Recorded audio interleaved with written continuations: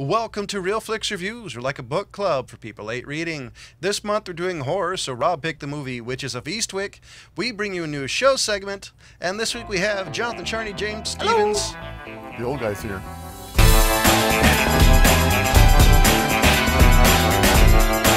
So who has a description of So this? since it was my pick, and I was appointed to read the little IMDb thing. Yep, he was forced. I don't know if it's all that good or not. 3 single women in a picturesque village have their wishes granted at a cost when a mysterious and flamboyant man arrives in their lives. The first thing I've got to say is it's Jack fucking Nicholson. Yeah. You could pretty much have him read the dictionary and it would pretty much be the best movie out. I liked it. I like Jack Nicholson. Yeah. The movie, had gives and takes, but I like Jack Nicholson. I really do. Besides the fact the description really sucks. Well, I gotta say about like 3/4 of this film. By the way, happy birthday, Jack. I'm just thinking, 78 today. Yeah, Happy you're old birthday. good. You're older than the old guy. I bet you don't watch this anyway. I know. Anyways, me mine. You might. I'd be shocked as hell, but Okay. anyways, the 3/4 of this movie have really no horror to it. It's true. It's really not, and you don't really get an inkling as to anybody's powers until the tennis scene. Really. Well, they do kind of subtle. suggest it. Yeah, it was subtle. There was a lot of subtle stuff in the beginning. Now, is this the first time you've seen this? I know that I've seen the church scene a few times. Okay. But I think I've always come into the movie around that. Oh, all right. So I haven't seen all of it in the past. So if you're gonna give this, It's your first time. maybe I don't remember. No, I'm just That's wondering not because uncommon I for actually Dawn. don't when you remember. when you watch it the second time, I think you catch more of the horror in the beginning than you do if you watch it the first time because you know kind of what's going on. And it's like you said, it's very subtle in the beginning. Very subtle. I don't disagree, but it's there. I would say part of my problem, this being in 1987, I could have watched this a long time ago and just completely forgot because parts of Agreed. it are like, that looks so familiar. I get, Well, I know for a fact I've seen the church scene multiple times. Yeah. But like I was telling Jen, is the all I've seen of that is what the TV version is, and it's edited, and there's things taken out. Its TV version is Yeah. totally different. So it was very interesting to see it, and I gotta say this was. I actually enjoyed Jack Nicholson's role in this one. He did a great job of being Jack Nicholson. Jack Nicholson. There's really no other description know. for him, but that's really what he is. Yeah, it was a real interesting character, and Jack is Jack, but yet he played this. I thought he played this character really well. Oh yeah, I agree. The guy was just cool, even that little funny ponytail he Yeah, had. I was like, that's an interesting hairstyle. Yeah, it was like really. And I was wondering now if you are watching this for Hi, the Mr. audience Paul. members that are inquisitive, I want to know when your receding hairline started. Was it 14? Yeah. Because I mean, think Jack's everything a I've seen it Very man. thin hair. He's Well, I mean, just this section has Yeah, always been not I kinda there, got that. and I kind of got it too. It's a I'm trademark. a young man, but as far as I've ever seen him, basically at every age that I've seen him acting, doesn't he he's almost had look it. the same? Yeah. You know what? I was looking at this movie, 1987, and I just looked at his picture now, and he's 78 years old. Like, it still looks the same. He looked 78 years old I in know. 87. Yeah, it's all that tennis. All that tennis. I was gonna say because this is definitely an 80s horror movie. 80s horror movies, you've got anything from Hellraiser to Warlock. Could have gone Warlock any to which this, way, yeah. and this is this. According to this, it's comedy fantasy horror, which I actually kind of agree with. This is also a John Updike novel, so I would say this is definitely soft horror because of the comedy element, but it's not like Army of Darkness, which was comedy horror, but I say a little bit more towards the horror part. If that what? Yeah, I'd also say what was that one that just came out recently? The Demon Bite guy. That was a comedy horror. Oh, you talked about the one with Nick Cage? Yeah. Ghost Rider? Yeah. Yes. Ghost Rider. Thank you. Yes, For a yes. second there, I'm like, I knew it And was did something you like get- that, but that was a comedy horror to me. I saw that movie too, and I kind of wonder why I saw it. I've seen For all a of them. joke. It's a Nick Cage film. It's Nick Cage. Nick Yeah, Cage okay. is Yeah, a joke. that's as good an answer as But anyone anyways, could ever give. Right. This one, I think this one had a lot more I would just kind of go with the whole thing of that it was a timepiece in the way that they had the comedy and the storytelling. This was kind of, it felt a little bit of the extended storytelling of introducing you to the characters and their past and how they relate with each other more so than what you generally get with a horror film. Most of the horror films, you're like, here's the guy, here's as much backstory as you get, because we want you to vote for this guy to die. Yeah, but this one wasn't really like that, they also except for based Jack off Nicholson's character. I would say with that though, like unlike this movie, the other movies are stereotypical. Like you really don't need to know that much just based on their language and the way they dress. Yeah, they try to tell you whether or not you're going to like this person just off their personality and how they interact with all the sequences happening to them. This one, I got to say, I really enjoyed the change of Jack Nicholson's character. Yeah. And the way that he interacted with each of the women. Which I thought it was really cool. I was going to say, by the way, that if you guys haven't seen this yet, it actually has a pretty amazing cast. I'm not a giant fan of them, but they did a really good job. That Cher, Susan Sarandon, Michelle Pfeiffer, close enough. And you had Lurch in this movie, too. Yeah. Which was really cool. Lurch, I can't even say his name. Yeah, we looked him up a little while ago. I'm horrible at pronouncing things. So, hey, if you're out there, we like you. Call in and tell us how to pronounce your name. Please. No, last name, at least. He's not alive anymore. Well, it'd be a really cool thing to have him call in. Anybody got a weed? Anybody now, got I like gotta a movie say, I Ouija was board? very impressed with Cher's waxwork. That was really well done. I don't know why you had to have a heart on it, but whatever. Whatever. Oh, you watched it in high definition. I didn't. High definition in THX. I think the version I got was NC-17 rating or something. Maybe so. I actually like Cher's acting, at least the stuff in the indie she did in the 80s. That little wax doll. I like Cher. Her acting wasn't bad. Her as a person, a lot of things I'm not a fan of, I totally but her agree, acting was well done. Yeah. I like the character she played. I like the straightforwardness of it. Yeah, and I like very pretty strong much what woman she said back to Jack Nicholson. Yeah. Oh yeah. Don't take this the wrong way, but no. And I love the way they flipped it on him too. Yeah. And I do like the fact that it seems like some movies that have witches, all the witches have like vaguely similar characteristics. Like even personality-wise, crooked nose. But this movie, it doesn't. I mean, the only movie I can think of at the top of my head that's kind of similar as far as characteristic is Craft, where each person has a very different standout characteristic. One thing that watching it this time, there was a couple little things were bugging me. One of the things that was really interesting is these women kept changing their glasses. One scene they'd not have glasses, next scene they'd have a pair of glasses, and the scene after that it'd be a different pair of glasses, and it's like the prop crew couldn't keep the glasses straight.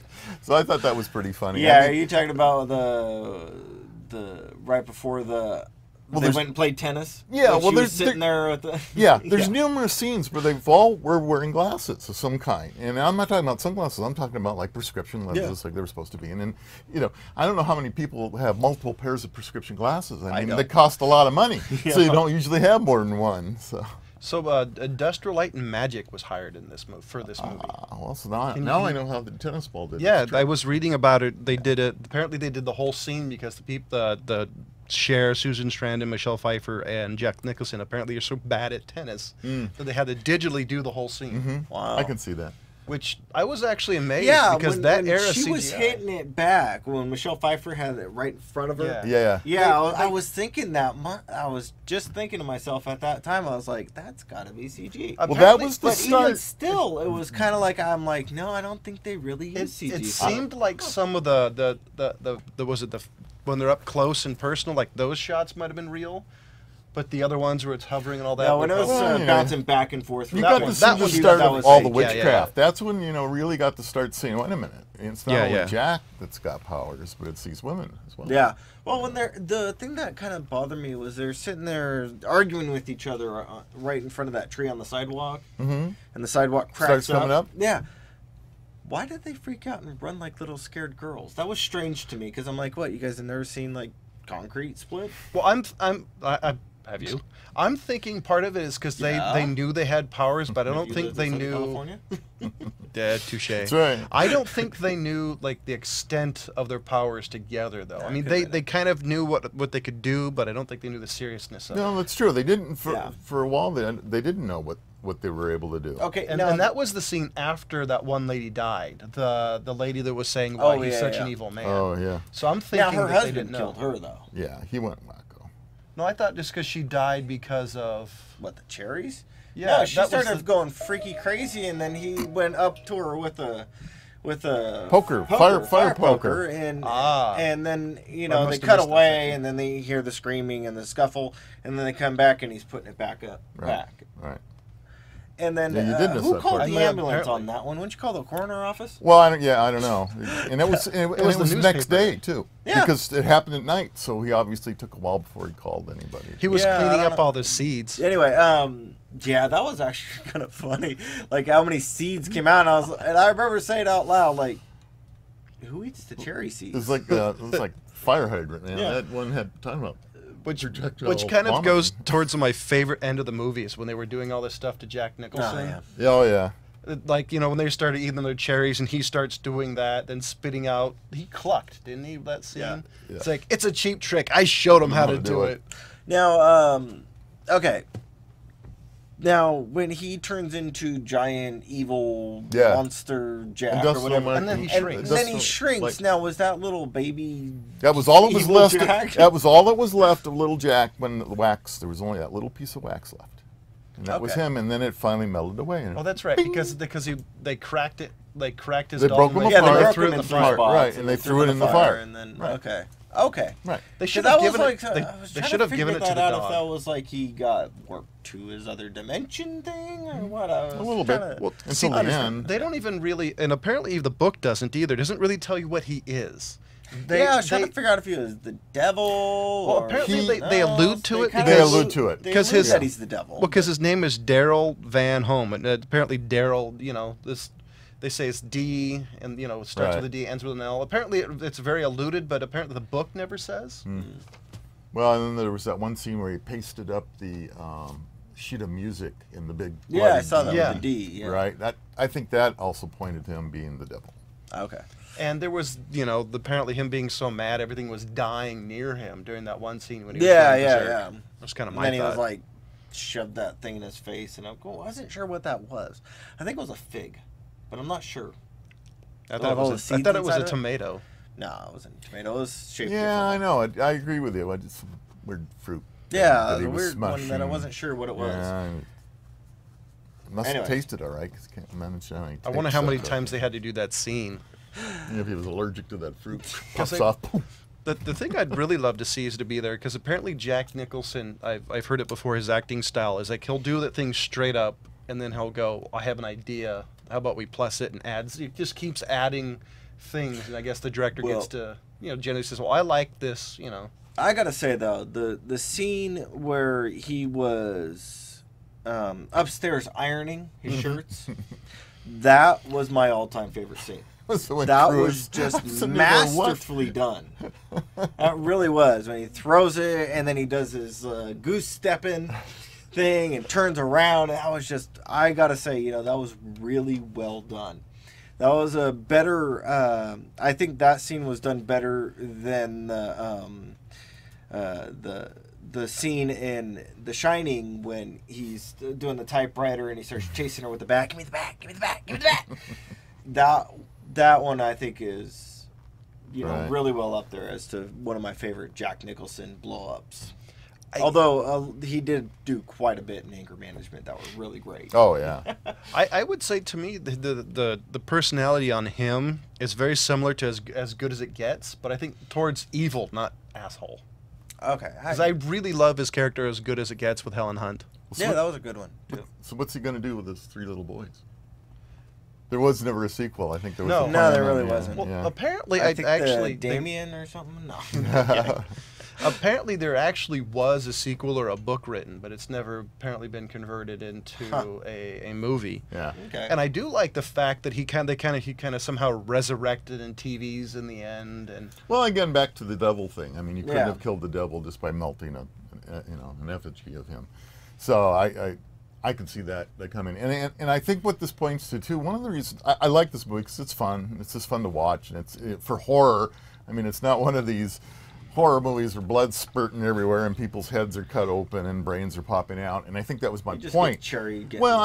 I wanted to show a little bit of difference, just a little bit of, we were coming into what horror really is like more today. And this was the beginning of it still. It was pretty tame. Yeah. But there was a little bit of it. And a lot of people that are very religious, back at that time this movie came out, wanted to ban it. I'm not surprised. Thank you, Thatcher. Yeah. It was just one of those things that, it's because of what it was, people can't take it as a movie or humorous or, and I think that's why they leaned this movie a little bit more to the humor than to the horror side of it. But it was, I remember at the time it came out, that people were protesting that, terrible movie. Not surprised. Anyway. Well, it was still around the time that they were also saying that, video games, which were not anywhere near as violent as they are now, not even close, were the cause of a lot of everybody's woes too. It was a lot of finger pointing at that time. This is the problem. This is the problem. Trying to blame everything on. I blame everything on education, anyways. Yeah. I just blame it on who's ever president at that moment. That makes it easier. Anyways, but I agree with you. There was a lot of fun points in this film. I think for its time, it was more comedy than horror, which there was a ton of these coming out in the 80s. Yeah. Well, yeah, because there was also Death Becomes Her. That was obviously horror, but they had humor on it. That was another one I almost picked. So I Married an Axe Murderer? No, not so much. And there was the aforementioned Army of Darkness, which I think was more on the horror end, but was also very funny moments. But anyways, which I don't think they do anymore. All the horror nowadays, it seems like it has to be torture porn or try to be ridiculously scary. Yeah, and they jump out, scare you. That's not scary. That's just making loud noises. And it's like they try to make everything as dark as they can. I mean, the film's just dark. Yeah, you're just do I need night vision? Yeah, if I'm going to be in, I can't watch it in my front room with the lights on because you can't see anything. That's what they got to do. They got to make. There's got to be a spoof of a horror movie that has night vision mode, and you hit a button and everything goes green. Yeah, or you hand out little things in the beginning that give you a little bit of night vision or something, and say, hey, enjoy. That'd be pretty funny. So, what do you give this, James? I think I give this one an even 3. Even though it's an odd number, you stupid people who thought I actually meant even. Jeez. Even though you said even? Yeah. Wow. Rob? Rob's going to give it a 3. All right, yeah. I think that's where it sits. I mean, it's in the middle it was ground. fun. It's right in the middle ground. There was. I can't say I didn't enjoy it. Yeah. There was parts that I enjoyed. There you go. Yeah, I kind of agree. It's a solid 3 out of 5. I actually think if this didn't have Jack Nicholson, I would have given it way lower. Yeah, because I'm not he sure who would have played this. the character, though. I mean, the casting of Sonny? his character. No, not even Sonny could have pulled that off. No, but it would be funny that Jack Nicholson totally said, "I got you, babe." He totally should have dragged that out. I'm sure Cher would have walked off. She would have probably killed And that would have been a bad That would thing. have been it. Yeah. Yeah, it would have been. I like Cher. You would. You're old enough. Actually, I remember Sonny and Cher very well. A tad bit interesting. It was talking about how the director wasn't used to. Is that an insult? Was what? Are you insulting me? I think it was. No. I'm old enough? No, not at all. All of us get these notices.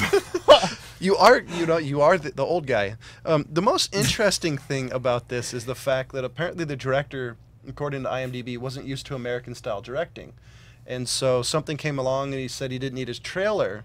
So they started trying to hamper him at every time. When he asked for 50 extras, they gave him 12. They did this. And apparently they tried to even get rid of him until Jack Nicholson said, if you change directors, I walk.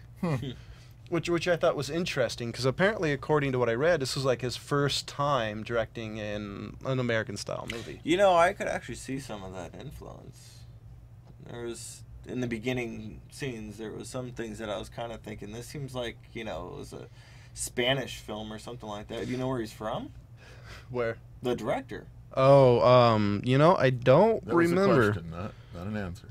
Yeah, I was Yeah, yeah, actually yeah, I really know. asking. Where's he from? What's his name? Some of my Australia. He's from Australia. Well, then it wouldn't have been that different. No, it wouldn't have been that. But it kind of reminded me a little bit of some of the Spanish films that I've seen from that era too. Some of the sets did look like they were from the, Murder, She Wrote. And for some reason, I can't think of what the one that it reminds me of right off the top of my head. Anyways. So, with that being said, we're going to go to Have to look it chapter up. 6 of House of Cards. Yeah. And Okay. I'll go if you want. Yeah, go ahead. Yeah. This episode didn't do anything for me at all. Towards the end, I really liked the end of this episode. I liked him getting punched in the face. That turned that whole. Yeah. That was that's perfect. Well, that honestly, the first half of this just really bored me out of my mind, and later on, towards when they showed their, sorry for the bad pun, showed their cards a little bit more and what they were doing. That really started getting good when you got to see how dirty he really is on manipulating. I thought it. 5 to me. 5 was boring. 6 was much better, and I thought the whole setup to antagonizing the union guy, and I mean he knew exactly what was going to happen. I love this line. I gotta say this though. Okay.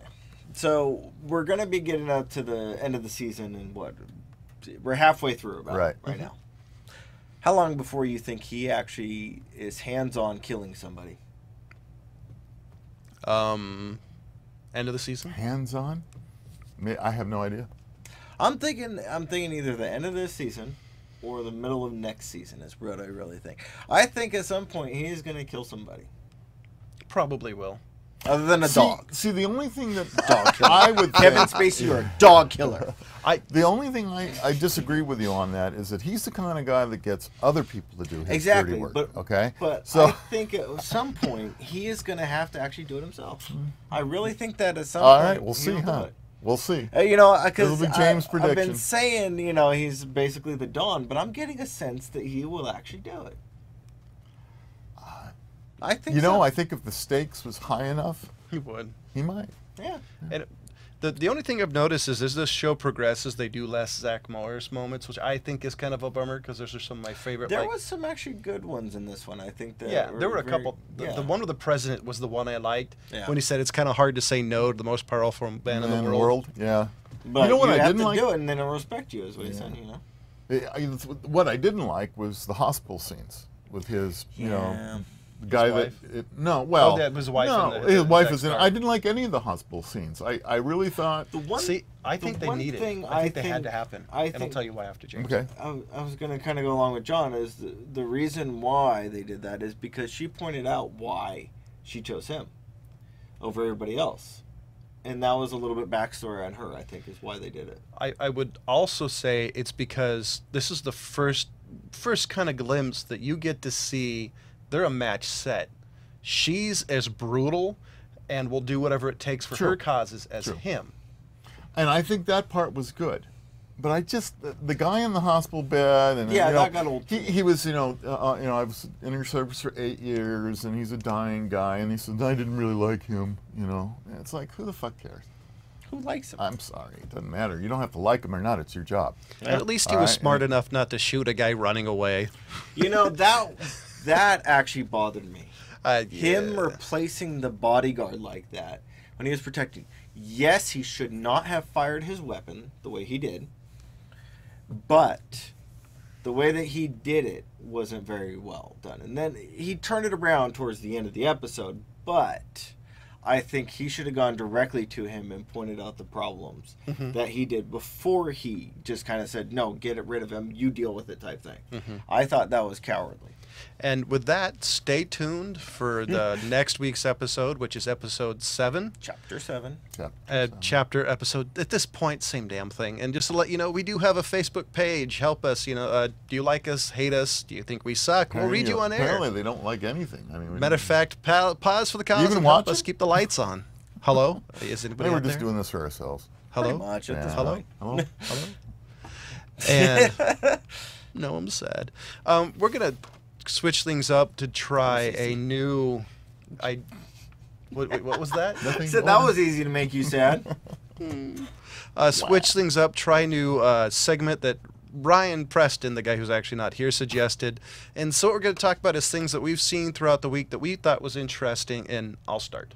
Okay. I've been. I didn't find a damn thing interesting, so you better have a couple things. Well, I've actually been watching. It's a BBC show program that I think's in 2010. It's called Wartime Farm.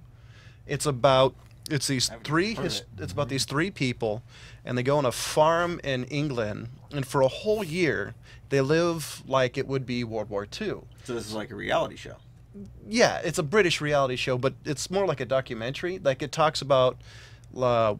One of the things that was interesting, the ration system. It talks about the British government taking over farming and what would happen if you didn't live up to their quotas. They shot you. Then all that actually happened. Apparently, they were inscripted. Yeah. Yeah, I must have seen this, right? I know so because it rings a bell. I know the whole thing that you're talking And about. it's interesting, and I didn't remember it, so it couldn't be that good. he's not that old, ladies and gentlemen, or is he not British? So it was interesting, and I've been watching it with Laura for the last week or something. Name dropping. Yeah. Name dropping. Why not? Drop the name. And it's actually one of the more interesting shows I've heard about World War II, because this is the first one that I've ever seen that actually really talked about how it affected civilians in England. Well, you know, if you're going to talk about a TV series, one of the ones that James and I were just talking about, sure, he hasn't been watching it, is Outlander, and it's a new series that's out there, and I like that one. Yeah, it's a very interesting plot. Yeah, and what just as a quick synopsis of what this is about, she starts out in just after World War II, 1945. and then somehow she magically goes back into time, but it's a very interesting period of time. And so using the time tunnel, she travels back to 1743. Yeah. She ate a really big burrito and farted. Interesting, really bad. interesting intake between the people. The characters are cool. This is Scotland, so it's totally different. You know, we're used to things like Ireland and England, but this is a different take. So I found that interesting as well too. They're trying to stay somewhat period correct from what I've been reading. Interesting series. You know, one of the things I was kind of talking to John about is I just finished out Justified, watched it from season 1 all the way to the end. And was this the series finale? Yes, the series finale finally happened. And you know, I very rarely, if ever, say this, is I think the ending of Justified did not leave for wanting. Really? I think they summed it up beautifully.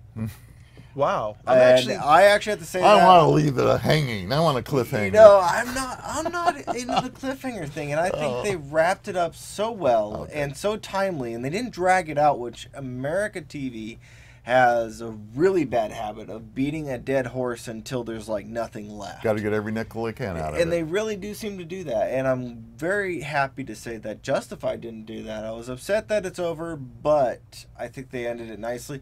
The only other season or show that I can say that with is I think The Shield did the same thing. So unlike The Sopranos or Sopranos the ending was horrible. Dexter's was horrible. Or Seinfeld, who has a notoriously bad one. I mean, how many spin-offs did they pull out of that one? None of them worked. Yeah, I mean, it was like Friends. You know, same thing. You know, everybody had a spin-off. None of them worked. Yeah, everybody. I thought it was just Joey. No, Lisa Kudrow had one, and I actually didn't know that. How bad was that one? And then Schwimmer started trying to do back to stand-up stuff for a while, and I guess that wasn't. He did a good job in Band of Brothers, but he did do a good job. He's a character you hate. Yeah, that would be another one I could say they summed it up nicely. But Band of Brothers was actually based on a real story. Yeah. So they didn't have to sum up anything. Yeah. And we kind of did know the ending, huh? So, yeah, we did. So, but the it's like Titanic. So you're not spoiling it. Right. Think of shows that I think summed it up nicely was The Shield and this one. Yeah, I have to say that's rare, because usually at the series ending, I'm usually like, you son of a. I think you guys, if people out there, talking about the shows that you're talking about, I think you will like Outlander, so you might consider starting to watch those, because there's not a whole lot of really well done. Well, I think you should take a look at Turn. I'm going to do that. That one I stayed away from for quite a long time. So for a quick synopsis for Outlander, I actually haven't watched it yet. It's follows the story of Claire Radall, a married combat nurse from 1945 who mysteriously swept back in time to 1743, and shenanigans happen. Pretty much. It's a good term for Scottish Shenanigans. Shenanigans. You did okay. So next week we generally do theater pick, but since, well, we honestly couldn't find a damn movie that we wanted to see, we decided to throw a dice, and whoever got close to the number that landed picked it, and Rob is the first one, so this may or may not be a good pick, so blame him. Well, you know what? I was frantic for a while, because when you guys, okay, you got to come up with a movie, Well, I haven't seen what I consider decent sci-fi in a while. And I hesitate to say this because some people love it, some people hate it. But what I want to do is I want us to all watch Star Trek Into Darkness. Wait, didn't we do that one already? I think we did. I know, but we can do it again. James, are you okay with that? Because it must have been pre-me. Okay. Okay. I'm a little torn. No, if you guys do what you like. Well, Okay. no, That was my pick. If you don't like my pick, you guys pick one. So. no. If James is cool with it, I'm fine with it. No. Well, I think okay. Nope. I'm done. Wow. You guys pick it. I can't argue with him. So next week we're going to be doing another Jack Nicholson, One Flew Over the Cuckoo's Nest. So enjoy. Wait, what? Yep, I did it. Well, at least I don't have to watch it. Why? I've seen it too many times. Oh. All right. So I guess we're doing. I was kind of looking forward to doing Star Trek Into Darkness. Thanks, we already did James. it. I think So we did it. I Can guess you look at your list? Yeah. Look, And when did you do it? Because it wasn't with me. I'm pretty certain we did do it, but I know it was before you. this is gonna make great TV, by the way. Well, it is. you know- So while Jonathan's looking through the list of movies that have been reviewed on the show, let's see, what other good TV that's... You know, I don't see And it. you don't? All right. Well, I'm okay with doing it. I had no issue to do it. One second. Get to the way early. Maybe you did this way early on. Well, it was 2013, so not that way early. You know, the other series on television, if you haven't followed it, it's been on for quite a while, is Criminal Minds. Yeah. You know, I And, didn't really get into that one. You guys did do it, okay. You know, I'm actually cool with doing a flashback episode. Well, that was only episode 54, so that was a while ago. That was when I was in theater. Yeah, this was right. Oh, okay. Yeah. I'm okay with taking another look at it. Yeah, no, I'm doing good. So we'll just do this one a little differently. Sorry about the very boring ending, but hey, That's okay. We're So doing we are live. going to do it Into the yeah, Darkness? let's Okay. do it. Okay. All right. Well, then- let's look at it this way. We can all look at it as fun. Yeah. Yeah, It's Yeah, fun. that's why we did the show anyway. You know, One Flew Over the Cuckoo's Nest, as many times as I've seen it, it's a good Jack Nicholson movie, and I think it should be put in our queue somewhere. I think at some point Well, it's we in should my do it. queue, Yeah. that's Okay. fine. So let's keep it in there because it definitely deserves our review. Our notice, yeah. Anyway. So next week instead of the theater pick, as obviously We finally figured it out. we're gonna doing throw. Star Trek This is into new for us, guys. We're throwing things up and gonna do a flashback episode to number 54, which is Star Trek Into Darkness, and it's episode 7 of House of Cards or whatever it's called. Chapter 7. And whatever. hopefully this time on Star Trek Into Darkness, Ryan will not be a sad baby monkey. I doubt That's true. it. That's And right. and as He's always, got a habit of not making it. we'll see you next week. Goodbye.